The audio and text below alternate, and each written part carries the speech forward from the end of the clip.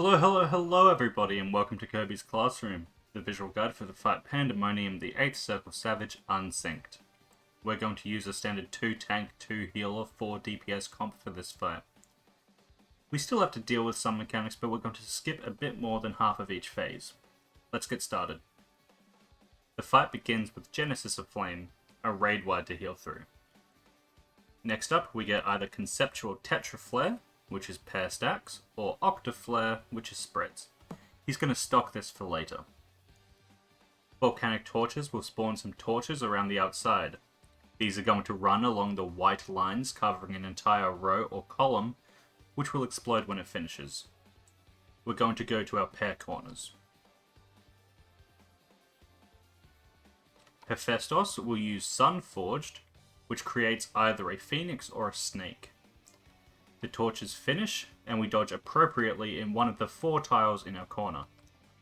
To find the safe spot, I usually look at my corner and see which way the torch moving towards it turns so I can eliminate some tiles.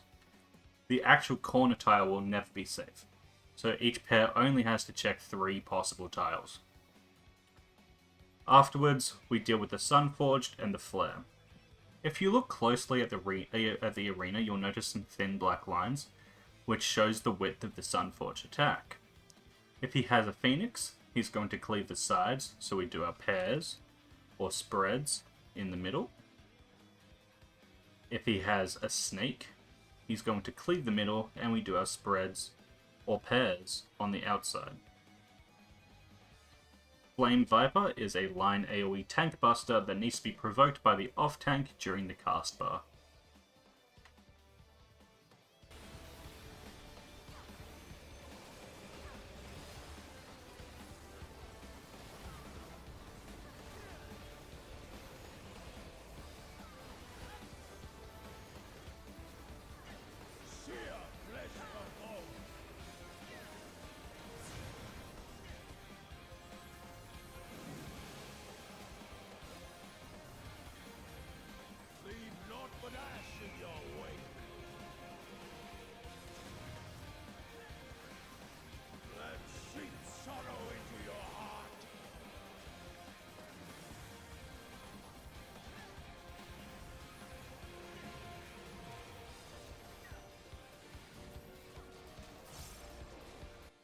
Alrighty, Reforged Reflection is next, and we do have to deal with this, but only once. The boss will transform into either a beast or a snake. I'll show you beast first because it's just easier. And if you get it, you're most likely getting to phase 2. Once he finishes transforming into beast, he's going to knock back everyone, so just use your knockback immune. We're going to go to these clock spots on the waymarks. Rearing Rampage will hit 2 people at a time. You just need to count for if you hit first, second, third, or fourth. The people who were hit first will stand on 1, the people who were hit second will stand middle, and everyone else is north on A. The boss will jump to the furthest players, which were the first people hit, and then the third people hit will swap in, and the boss jumps to the middle because they're now the furthest. Then the fourth people hit will swap in with them. The boss finishes his jumps, and it's over.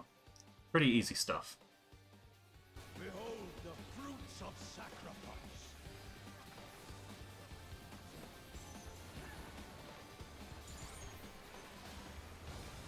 You will know my rage.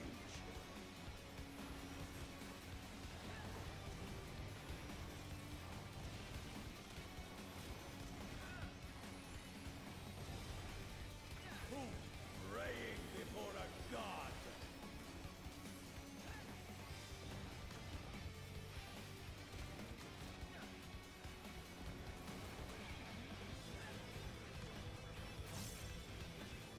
Next, we'll look at the snake version. You can make mistakes here and still clear, but it's generally harder than Beast. Once he finishes transforming, he's going to do an AoE that's the size of his hitbox, so move out. Gorgoman Tail will give everyone 2 debuffs. One roll will get a 1 debuff, which means they're dealing with the first 2 snakes. The other roll will get a 2 debuff, which means they're dealing with the second 2 snakes. 2 players of each role will get an orange cone debuff.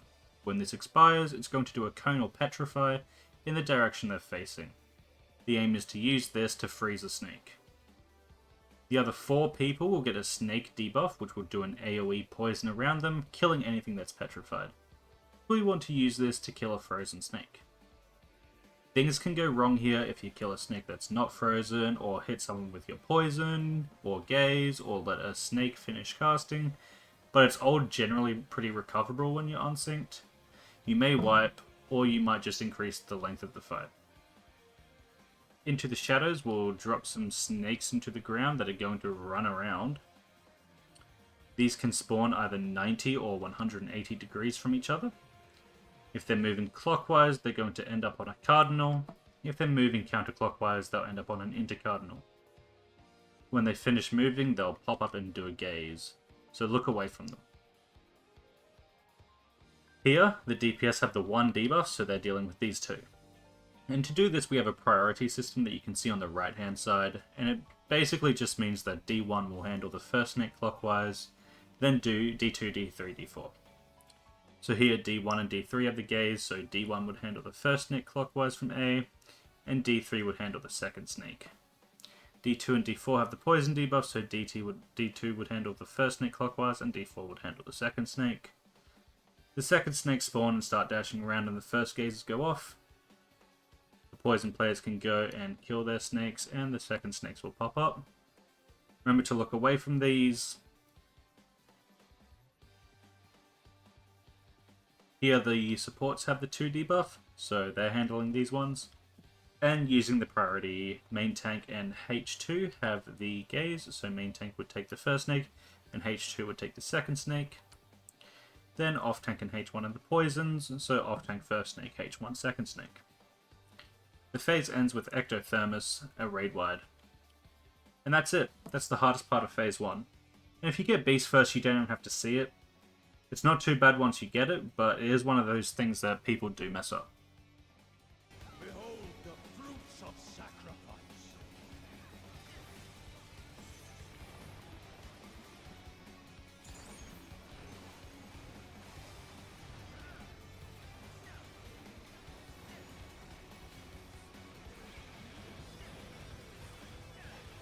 You are prey to be consumed.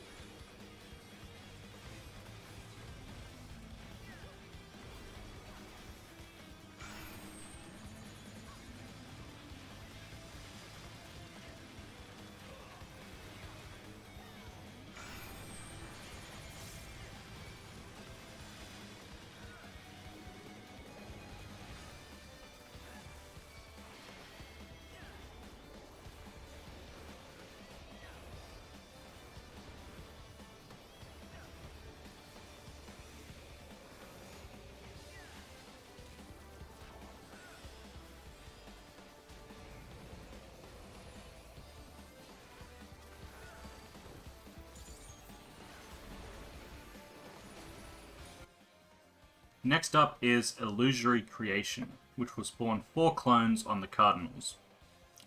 Creation on command will give 1 clone of Phoenix and 1 clone of Snake. We're going to go to our pair corners. We want to be in line with the Phoenix and not in line with the Snake. Melee's close to the boss, ranged away. If the Phoenix and Snake were on the other sides, would just be like this. Remember the thin black lines.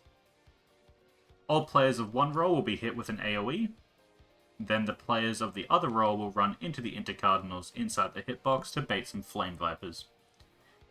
The other clones will get either a Phoenix or a Snake, and we get either Nest of Flame Vipers or a Tetraflare. If we get Flame Vipers and Snakes, we spread like this, and Tetraflare like this. If they had Phoenix, we would Tetraflare like this, and Flame Viper like this. Finally, we get another Volcanic Torches. You can just look down at the 4 corner for this one. If the torches turn away from 4, we're going to 4. If they turn towards 4, we're going to 2. If they turn towards 1, we're going to 3. And if they turn towards 3, we're going to 1. This ends with a Genesis of Flame raid wide, and the boss should be below 50% by now, getting you into Phase 2. If not, then you just have to deal with whatever Reforged Reflection you didn't get.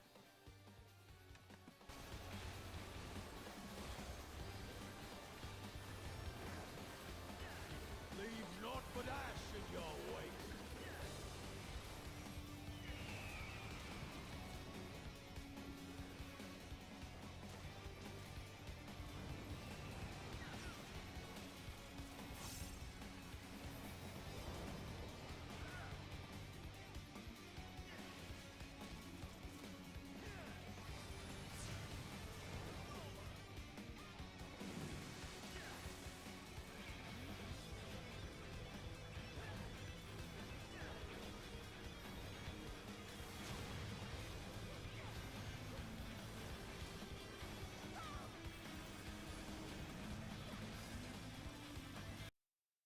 Alrighty everyone, we're in Phase 2 now.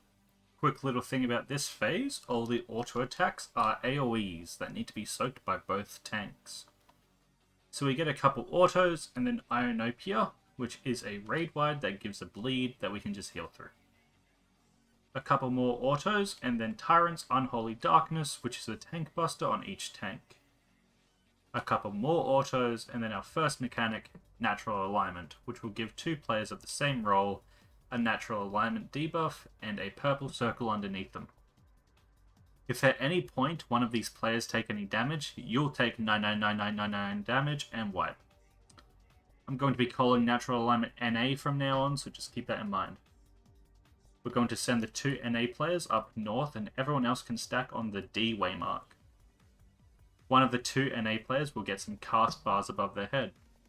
One will be a stack, and the other one will be a spread. Twist Nature starts these cast bars, and we deal with the mechanic in the order that it shows. So here the stack is going off first. Tyrant's Flare will drop some baited puddles on each player. Once the baited puddles drop, the party will move south for the stack, and the NA players will just move west to avoid the puddles. The boss starts casting Ashing Blaze, and one of his wings will be on fire. He's going to cleave that half of the arena. We avoid the cleave and deal with the spread. D3 and D4 are the NA players here, but I'm just showing their spread positions too. Now if we had spread first, after the baited AoEs, we would spread like this, then meet near D for the stack, avoiding the Ashing Blaze. Some clones are going to spawn, and we move into the Ice and Fire part. Ice will give a 3-person stack on the 2 closest players. Fire will give a 2-person stack on the 3 furthest players from the NA people. The clones are going to do some line AoEs in front of them. One of the front 2 rows will always be safe. Alright, so to handle this, we have the NA people in the middle of the front 2 rows. I'll show you Ice first. The DPS here have NA, so the tanks are going to adjust to make the 2 3-person stacks. We have the support on the west and the DPS on the east. The tanks are going to be the closest to bait the ice, with the main tank crossing over to the DPS side to bait it. If you look at the tiles, you can see a little triangle pattern on the tile, and you can stand in this to position yourself for these baits. The ice goes off, and clones spawn on the other side, leaving the other one of the front 2 rows safe. Now we have fire. Supports are west, DPS are east, and the tanks are adjusting so they're north. If we were in the second row, they'd just be at the bottom of the tiles. The fire is baited on 3 furthest, and we're done. This will probably take some practice to get. I'll show you it again, but here the supports have NA, so D1 and D2 will be adjusting.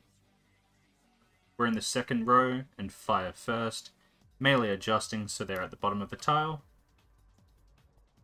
And then for ice, D1 and D2 are baiting the ice, with D1 hopping over to bait for the supports. And that's that. It ends with an Ionopia.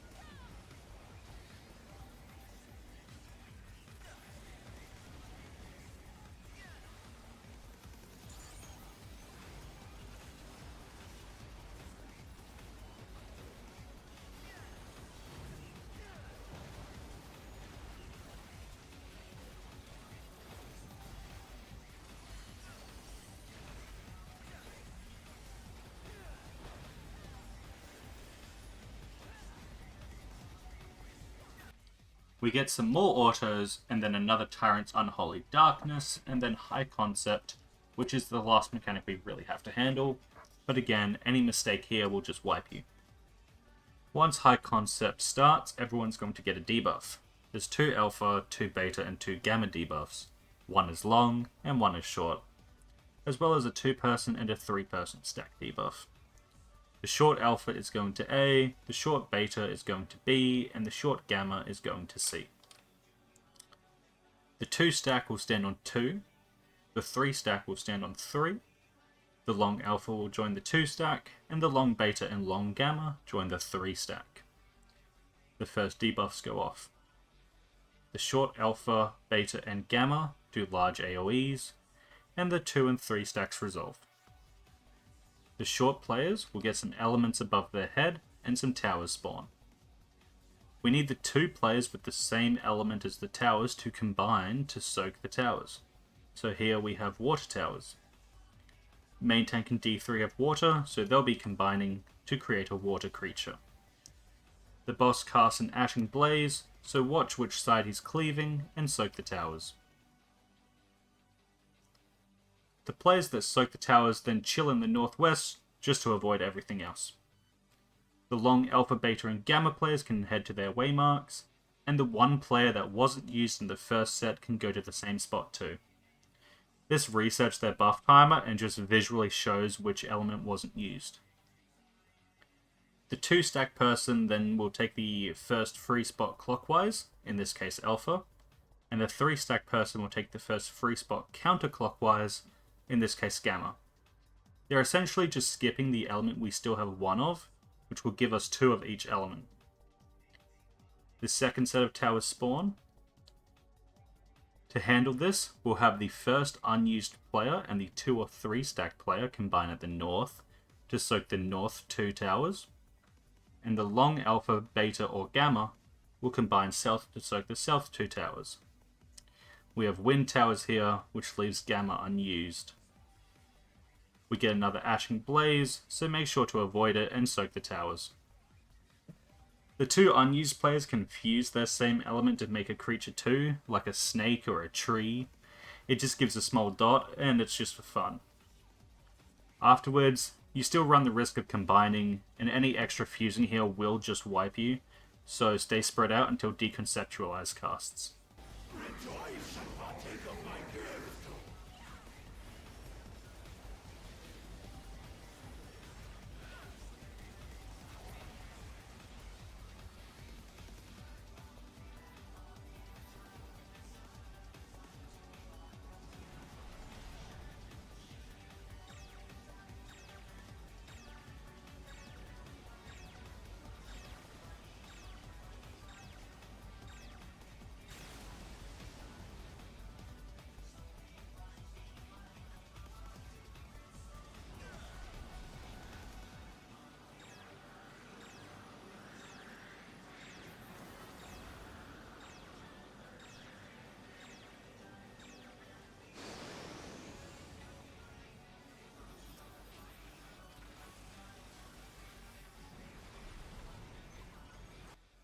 Then we get Ionopia, Tyrant's Unholy Darkness, and then our last mechanic, Limitless Desolation.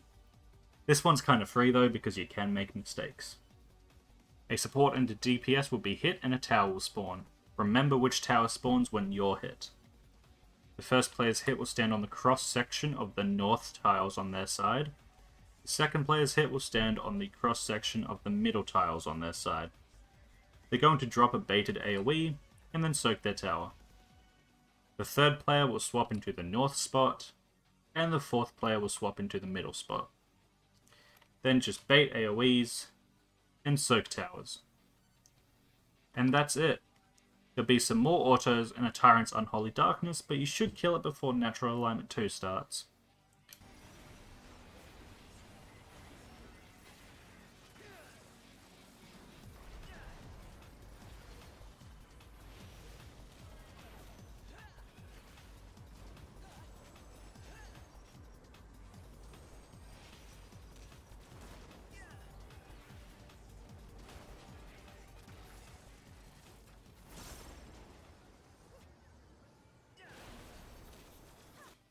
Good luck getting your mounts, your glams, or your top unlock, everybody. If you like this video, you can leave a like, comment, and subscribe. You can find me on Twitch or X at Big Kobe Live, and I'll see you in the next one. Peace.